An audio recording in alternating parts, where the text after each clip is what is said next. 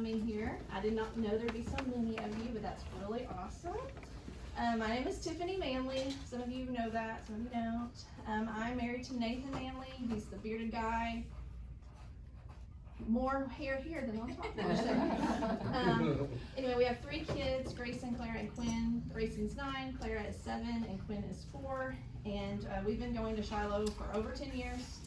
I think close to 13 years. Ever since we got married. So 14 years. Yeah. Wow. So I've been working with kiddos ever since I was a teenager in some capacity when I was visiting churches growing up. And then I taught at White House for 4 years before I became a mommy. And then I stayed at home for a little bit. Then I went to the Colonial Hills Parents Day Out in town and worked there for about 7 years, half of that as a pre-K teacher. And then I'm up here all the time doing stuff with kids. So anyway, I love working with our kids. I love teaching. I love learning about teaching. I love parenting. I love talking about parenting and learning more about it. I love learning about reading. I love reading. And I love sharing all this stuff with people. So I'm just really glad that you guys are here. Okay, so that's enough about me. Let's talk about you guys. Raise your hand if you have ever been to a training where the speaker was late. Okay. Like out college professors?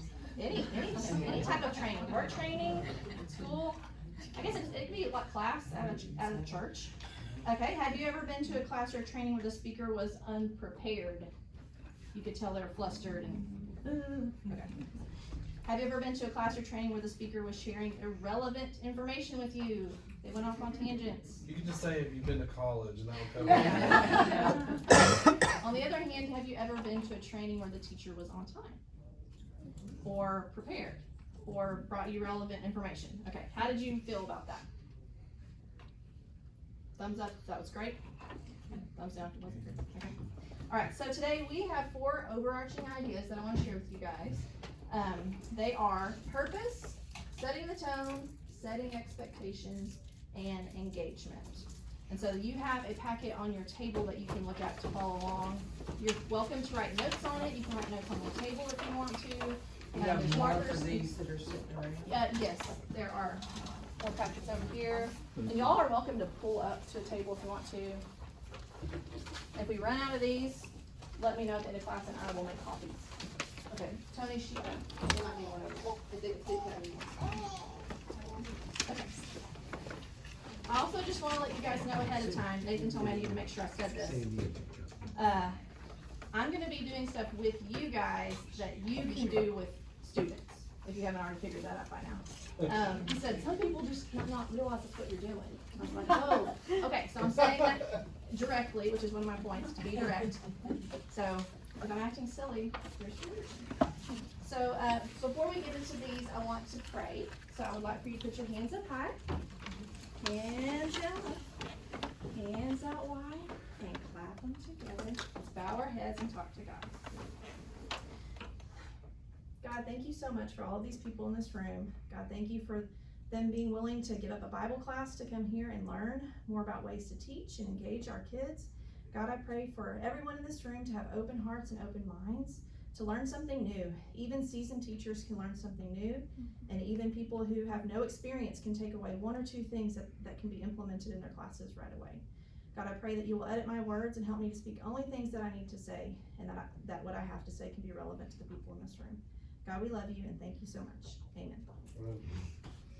Okay, so the first thing I want to do with you guys is play a game. And I have a bag with something inside of it, and I'm going to give you 3 clues and see if you can guess what's inside. Okay? So the first clue is it's lightweight. It's flat. A book. No, good guess. And it's in the shape of a square. Lock. Lightweight, flat, in the shape of a square. Your cone. No, good job. Good try. Hint, look on your tables. No, Post-it notes. Post-it notes. Okay, so today we're going to be using Post-it notes to talk about our purpose. Let me tell you the purpose of the training today. So I have a poster over here. That's what I want to show you.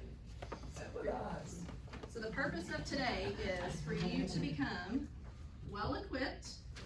confident and purposeful in what you're doing in the classroom. And now I want to ask you a question for you to think on quietly to yourself. And then I'm gonna have you turn and discuss the answer that you came up with the person next to you, okay? So my question is, what is my purpose in serving as a teacher or helper in the Shiloh Kids Ministry? What is my purpose as a teacher or helper in the Shiloh Kids Ministry?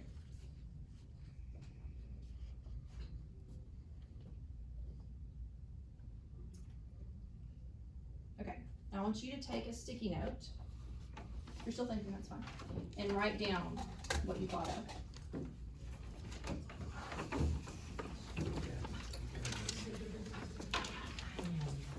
And when you're done writing, we're gonna go stick it on this poster over here at the top. If it doesn't stick, because in the screen don't stick, I have to take it.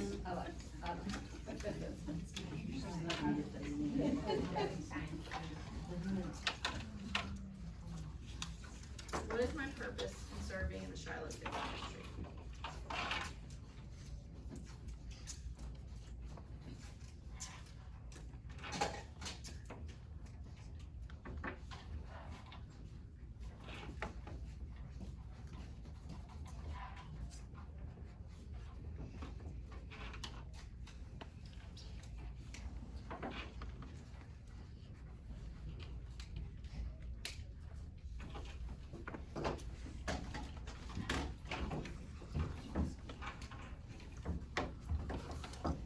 Again, when you're finished, you can go stick it on the poster at the top.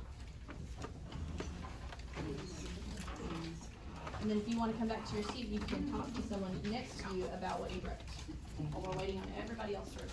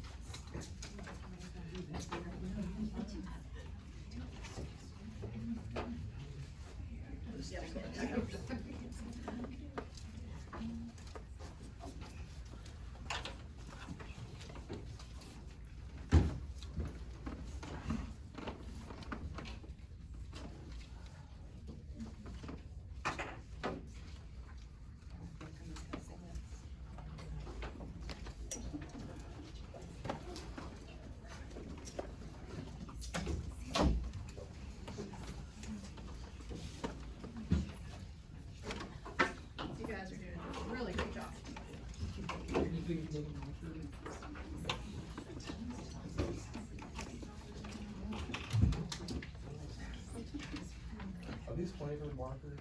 They are not.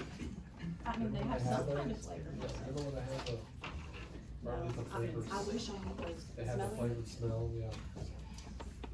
Cause the kids aren't supposed to eat them. They're smelly. Okay, thank y'all for doing that. I see some really great ideas and responses. Some of you wrote like to build a child's foundation in Jesus. Someone wrote share Christ's love, to teach children about God and show them love and kindness, to fill a need to help guide children in God's path, to share Jesus. There's a lot of similarities, to further their knowledge and love for God, Jesus and the Holy Spirit, to encourage them to love God.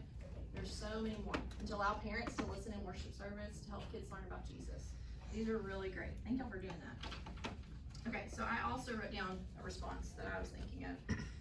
Sometimes we come to children's ministry and we think of it kind of just as like I'm just here, I'm just doing it.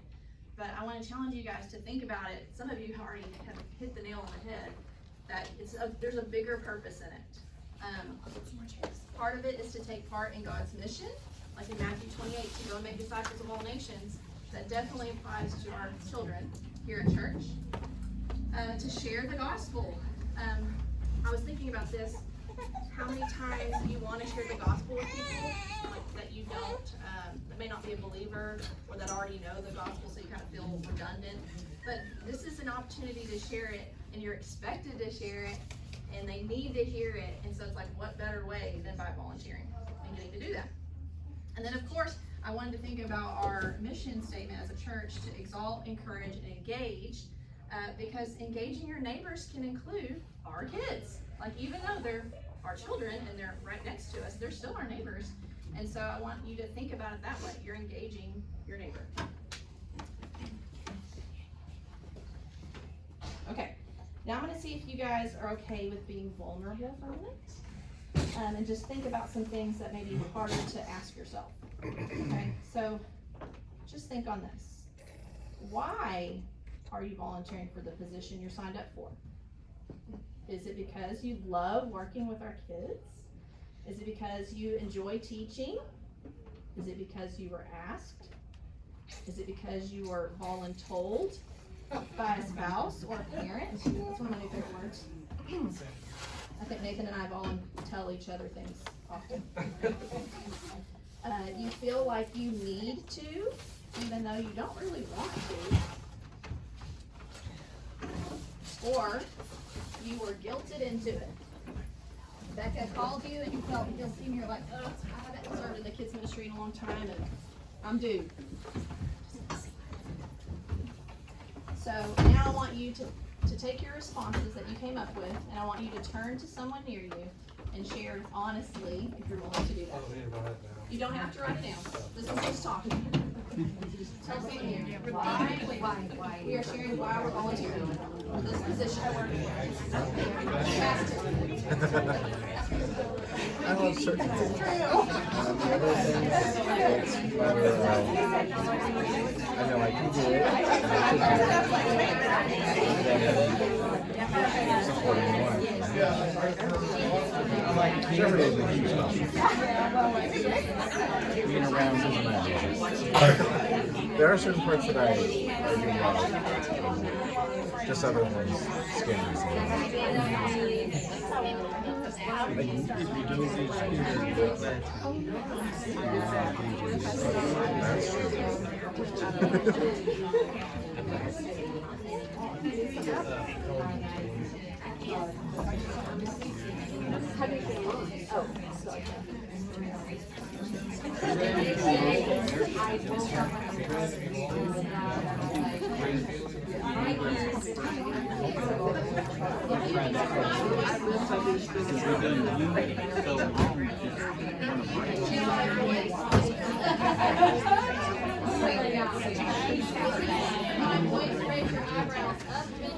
I've done, Which one are you going to teach? If you can hear my voice, clap I once. haven't said. If you can hear my voice, clap twice. If you can hear my voice, clap 3 times.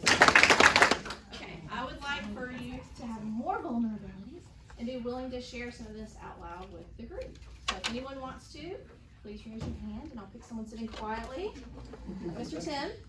So I got this text message. Yeah. Oh my God. Rebecca said, I look forward to you helping out with volunteering with kids or something like that. And I was like, oh,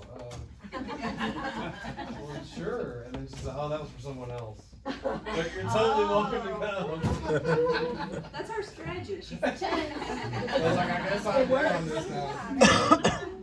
Okay, thank you for sharing. Yes. I like to hang out with the kids and play games with them. You can share negative things too, we're being honest. Yes, Kinzel. I think there's several reasons that I like to do it, but primarily I enjoy it. I really like doing it. He likes to tell stories. I like to tell stories. That's awesome. We need that. Anybody else? I just love the babies. Oh, yeah. It's for nursery here too, right? Yes, yes, for sure. Some of this is going to be a little advanced for nursery, but I think some of it still is very important, so that's why we want you here too. Yes, Carol? I work with the babies as well, and I like watching them from when they come into class to when they go to the next class, and the progress they've made. Not crying when they come through the door, and clinging to mom and not wanting to go, not wanting to stay, and the things that they learn. Yeah. even at that age. Thank you for doing it. Like that consistency is so big with babies, for sure. Anybody else?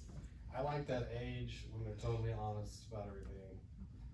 They'll be like, what's 2, that on your 3? face? Or why are you so bad? I love Yeah, that. that is a funny. They're supposed to outgrow that, right?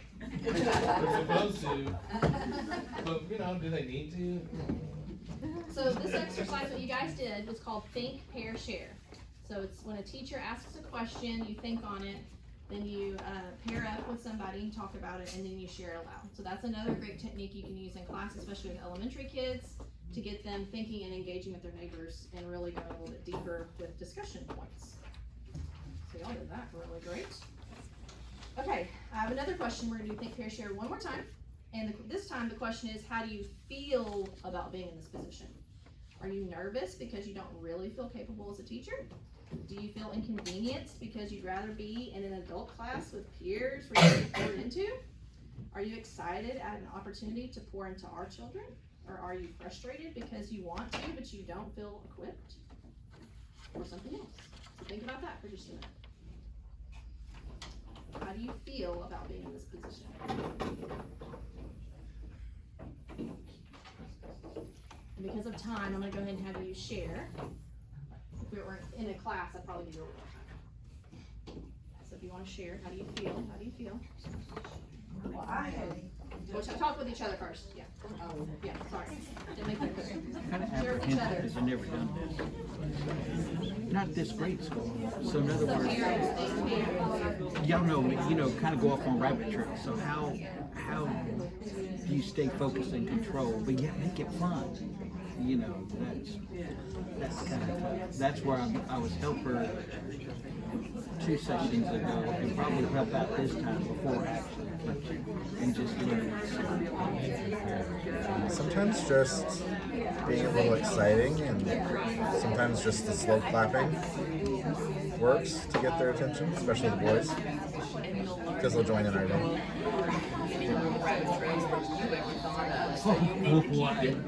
You know, You can hear my voice clap Focus, once. yeah. You can hear my voice clap twice.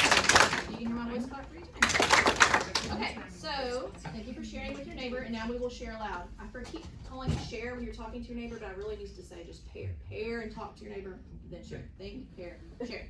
So I need 2 people to share. What you guys talked about? Yes.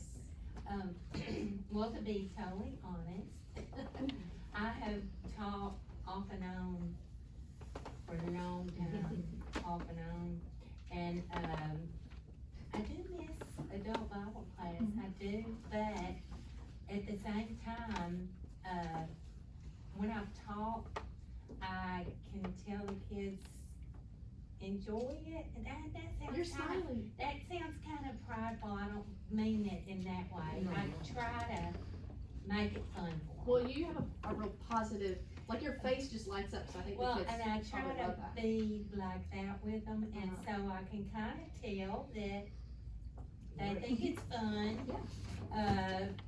And then, so when I don't do it, I really feel like I'm not using my gift, Yeah.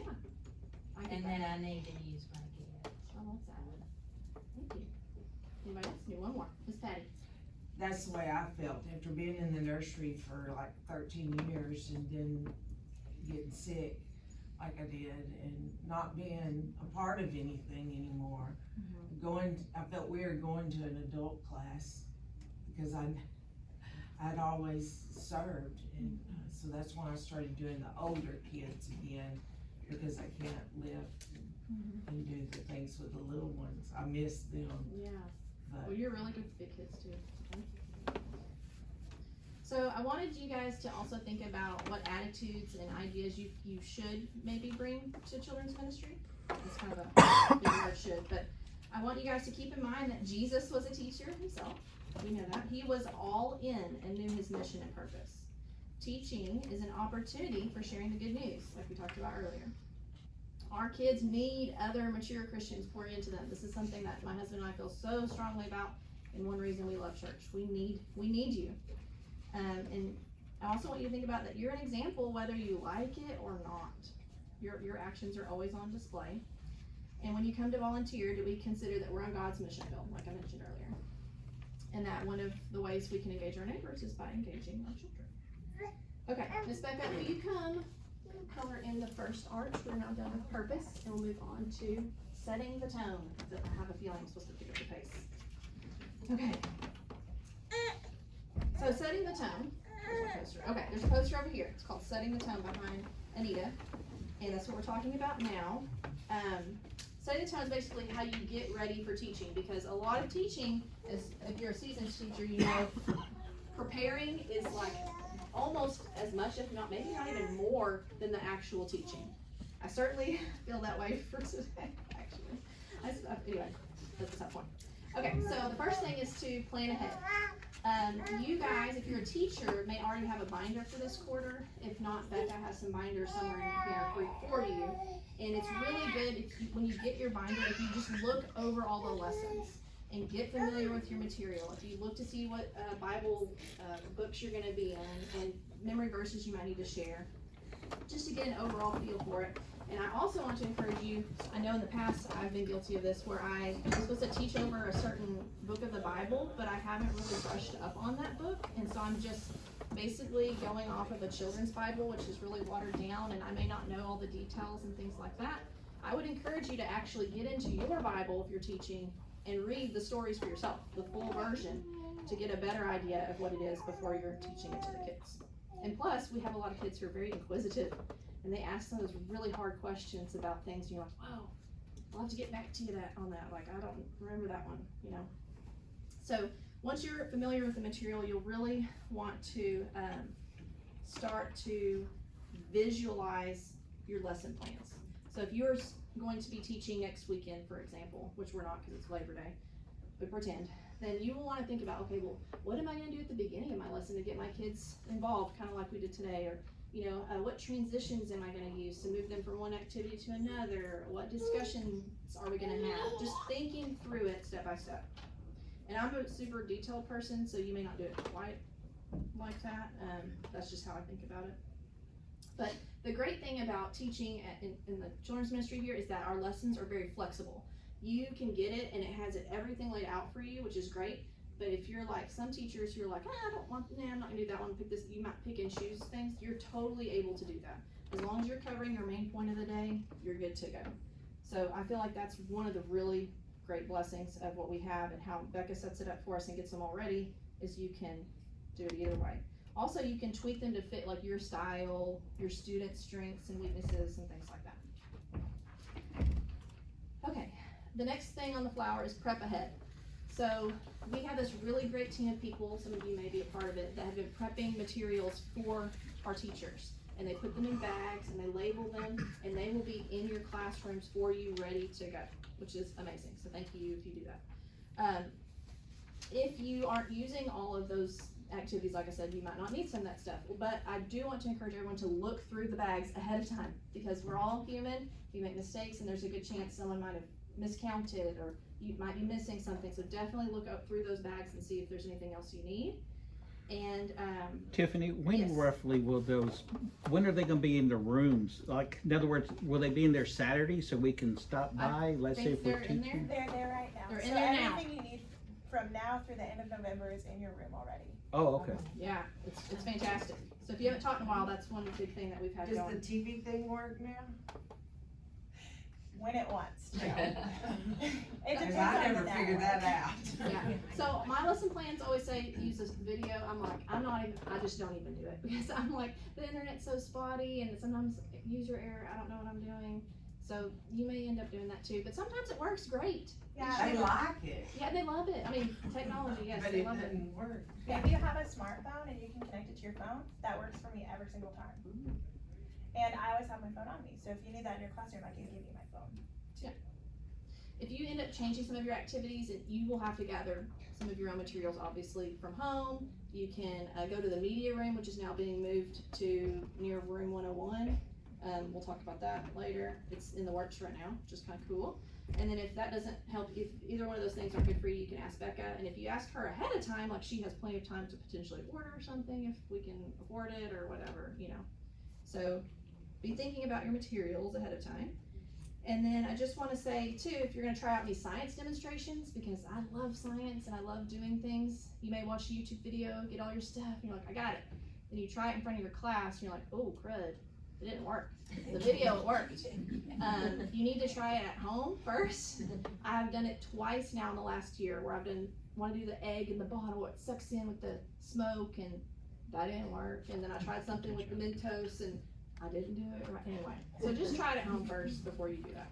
But the kids love it, especially if it works.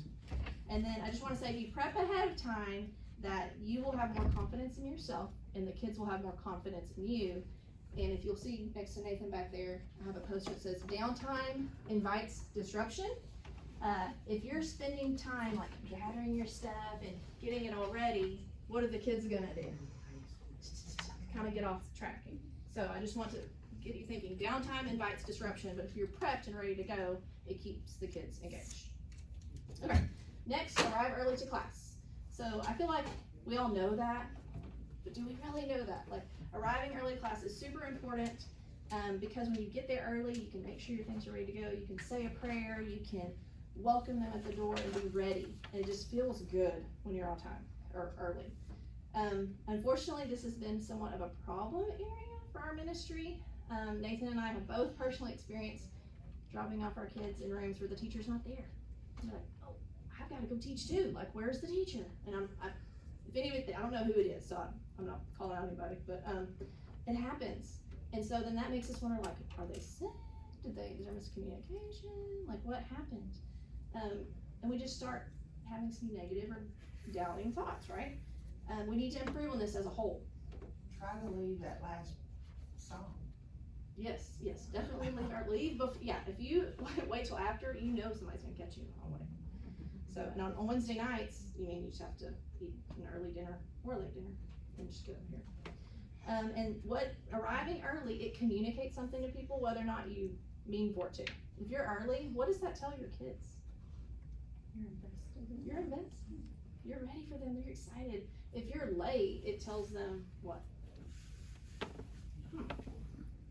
Am I not that important? Do you not care? I mean, and of course that's not true, right? But it communicates it whether you like it or not. So we really want to think about that. Professionalism, preparedness, and also safety. We don't want our children ever being left alone. That's a huge safety issue. And we want our parents, and especially our visitors, to have confidence in our ministry and confidence in our program. So arrive early. We suggest like at least 10 to 15 minutes early. I mean, I would say maybe more, because some people bring their kids early. But if 10 to 15 minutes, I think is plenty of time.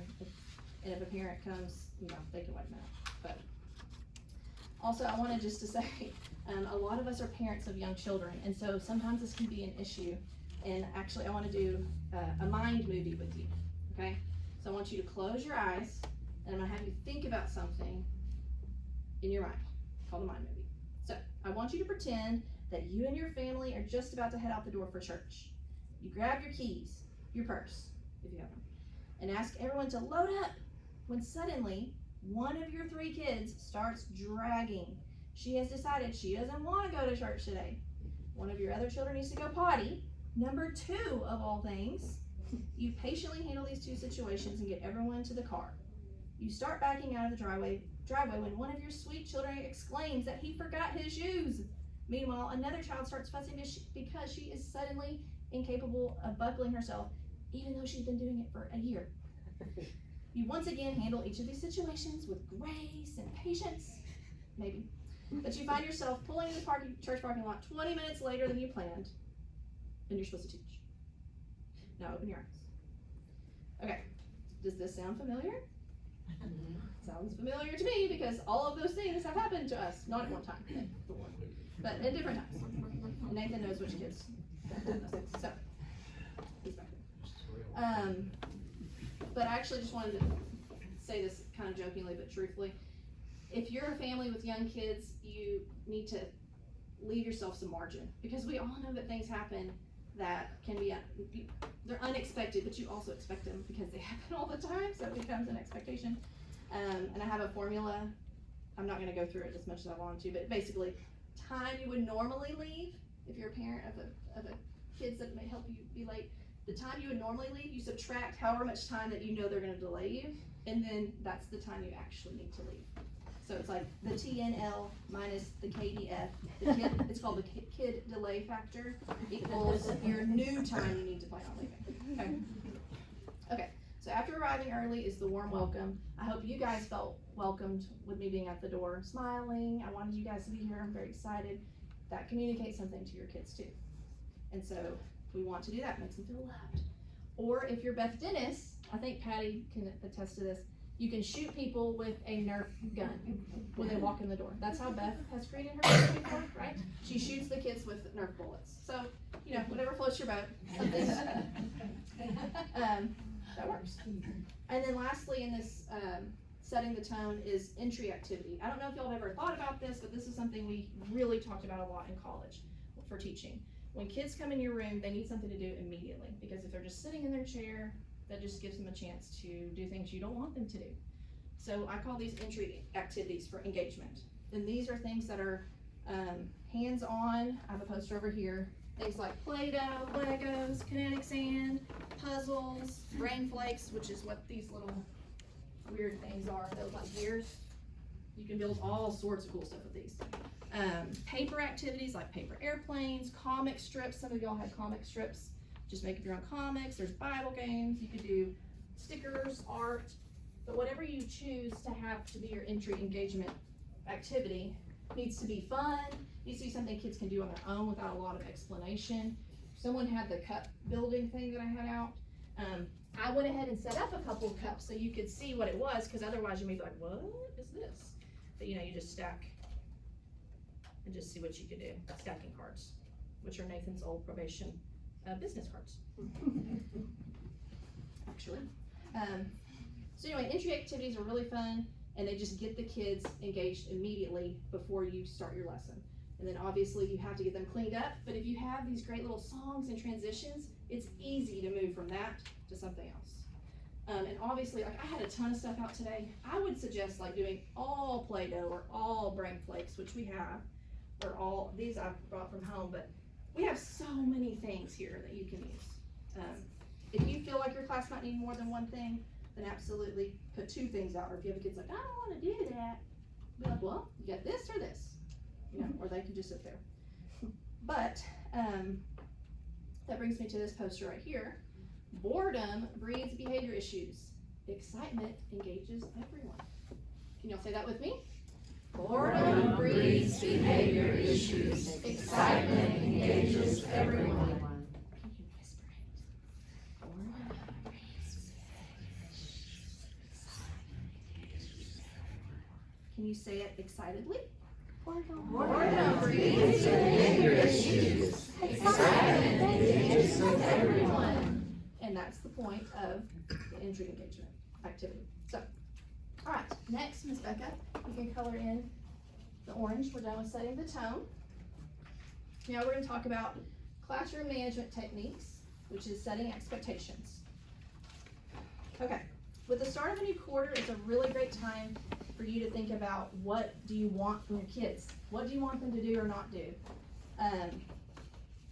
As a teacher, if you're wanting them to raise their hand to get your attention or call you a certain thing or address the class a certain way or sit a certain way or not sit a certain, you have to explain those things to the kids. Sometimes we take for granted that they know those things, but sometimes they just don't, and maybe the last teacher had different expectations, you know? We're rotating on like a quarterly basis, so they may have the same teacher forever, but they may not. So it's really important to think, what do I want my kids to do? And just maybe even make a list of those things.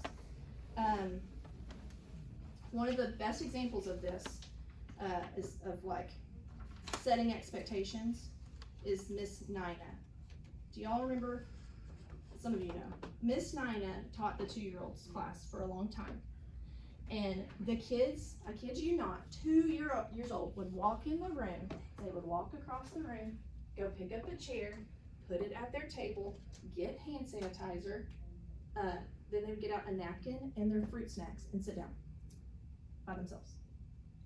And it's like, whoa, how can a 2-year-old do that? What is she? She's magic. Well, no, she told the kids her expectations. And not only that, but she modeled and practiced with them. She modeled it for them, practiced with them, and then they rehearsed it as needed.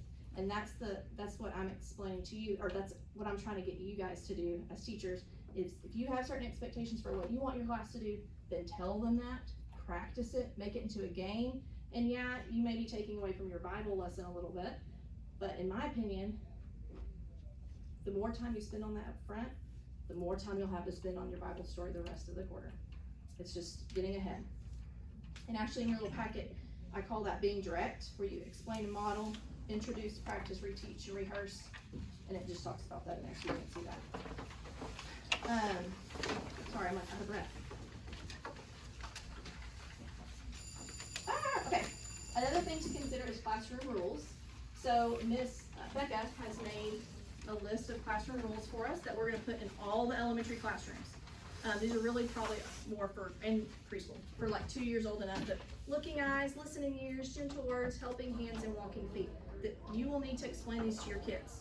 One great way to do it, in my opinion, is to use something like a Mr. or Mrs. Potato Head, which is what I brought today. You might even set it out and just kind of be like, oh, I have a potato. And this potato is gonna help us talk about rules today. And you might say something like, oh, this potato needs some eyes. You put the eyes on, you can get the kids to come help you or whatever, and say, well, what are eyes for? Eyes are for looking. That's right. And when we're in a classroom, you always need to have looking eyes at the teacher or looking eyes at the other kiddos. And then you just kind of go through that with each of the body parts. And we'll make sure, I need to make copies of these, or you'll see them in your classroom too, but that way if you want to walk through a little activity with your class, you can. But just be thinking about using gentle words and helping hands, not hurting hands, and explaining what that means. And for older elementary kids, you can still do that. I think they would still think that's funny and cute. It's up to you. You're the teacher and you get to decide what's best for your class. Consequences. With rules come consequences, although we're hoping that because of the things that you're doing, you won't have to issue consequences. If for some reason kids are breaking rules, being disruptive, we have like a step process. The first thing is to give them a warning. Maybe they didn't know, maybe they didn't hear you, or maybe they don't fully understand what the rules are. So you can give them a warning and also maybe explain again what you expected them very clearly. If that doesn't work, you can give them a timeout if they're in preschool, maybe for a couple minutes, no more than 3. For older kids, you could have them go in the hallway with the helper, leave the door cracked, and just have a little moment where the helper can talk to the child. Or if you need to do it the other way, where the teacher needs to go out and the helper stays, whatever works for your class. If that doesn't work, then we ask that you contact the parent, and those name tags should have phone numbers on there. Of course, you can also, if you see Becca, can talk to her about that too. But we don't want disruption so bad that you can't teach your class. When talking to a student, you can get close to them, and maybe, when you're close to someone, you're talking to them, it's a lot more effective to be like, Nathan, stop playing on your phone, or whatever. It makes a difference. And then try to have empathy for your kids, say, oh, I get frustrated too. I know this lesson is not something you like to do, but sometimes I have to do things I don't want to do too, and that kind of thing. Just, trying to relate to them.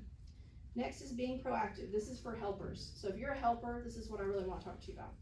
If you're a helper, you need to be on the lookout at all times in the classroom for opportunities to help. Do not wait on the teacher to say, I need you to XYZ. We need you to go for it. If you see a kid off task, you can gently touch them on the shoulder, you can kind of motion to them.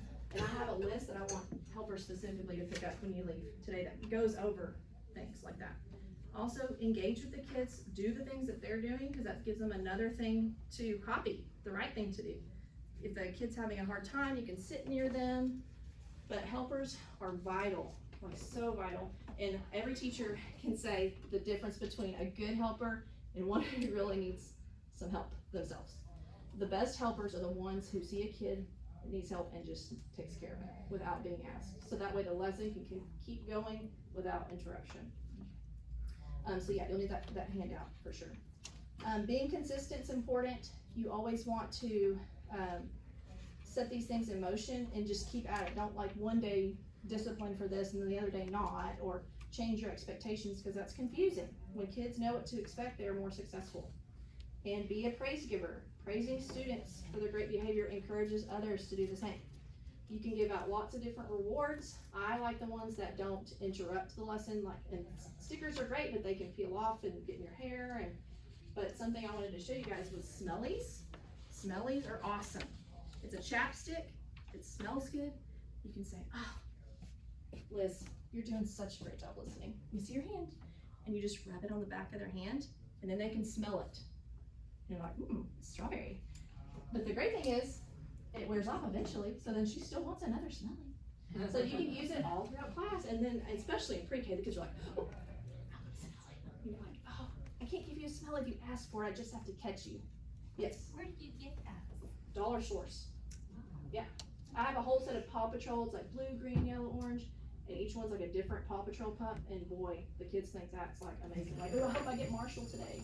Okay, I know that's the last bell. We're done with this. I want to quickly say something about engagement and then let you go if that's okay. This is my favorite part, and I could spend an hour on this by itself. But basically, and I'll have some notes for y'all to leave as you go. As a teacher, we talk about engagement's important. But so in your packet, I wrote, be enthusiastic and dramatic. When you're excited, the kids are excited. Use interactive materials more than paper, pencil. You guys already know this was way more, surely this was way more fun than just sitting and taking notes, right?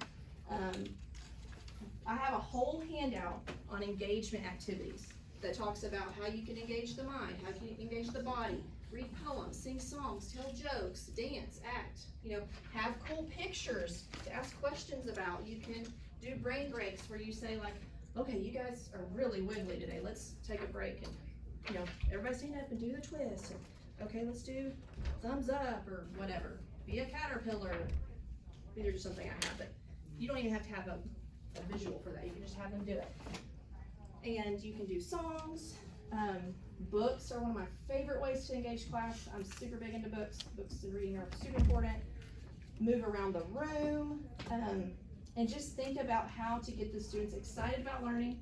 And then the last thing I want to say about that is, if you are teaching a lesson and you want to get the kids hooked immediately, use a hook activity, something that instantly engages them, and that's listed in your packet too. And it's kind of just the things I just went through. You're asking questions, you're doing this, you're using a book, you're having an object, a mystery, something like that. They're like, oh, what are we gonna do today?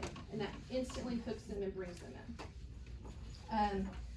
Once you have hooked the kids, then you can go into your lesson, introduce what you're talking about, read the Bible story. And then personally, I like to do a group activity, like a game or a craft or whatever, and then do an individual thing. And that's just my preference. Another teacher said they like to do where you, where I wrote that, like a warm up, the Bible story, ask the questions you want to ask, do art, and then game. But like I said, you have that binder and it has stuff laid out for you. You can choose your own format if you want, but those are just some suggestions. And then the last thing I want to say, I know I'm sorry that you guys got to go, is support at the bottom. I've listed some things for you. The media centers for you. There's Pinterest, website, song sheets. I have so many things for you. I'm happy to discuss any of this with you more in detail. I wish I had more time to talk about, there's like chants that you can get kids to do with you, like macaroni cheese, and they say, everybody freeze. Just like there's so many different little teachery tools that you can use, and if you can just use even a couple of those things, you don't have to take all of this. If you can use 2 things, that's gonna already improve where you were at, right? So, anyway, congrats, kiss your brain. I wanna thank y'all for coming, and thank you for staying late. And, I encourage you to come get a folder, I'm gonna run out now, and get any of these things you want. Just go down the line. I've got helper sheets, I've got finger plates, which I can tell you. Yeah.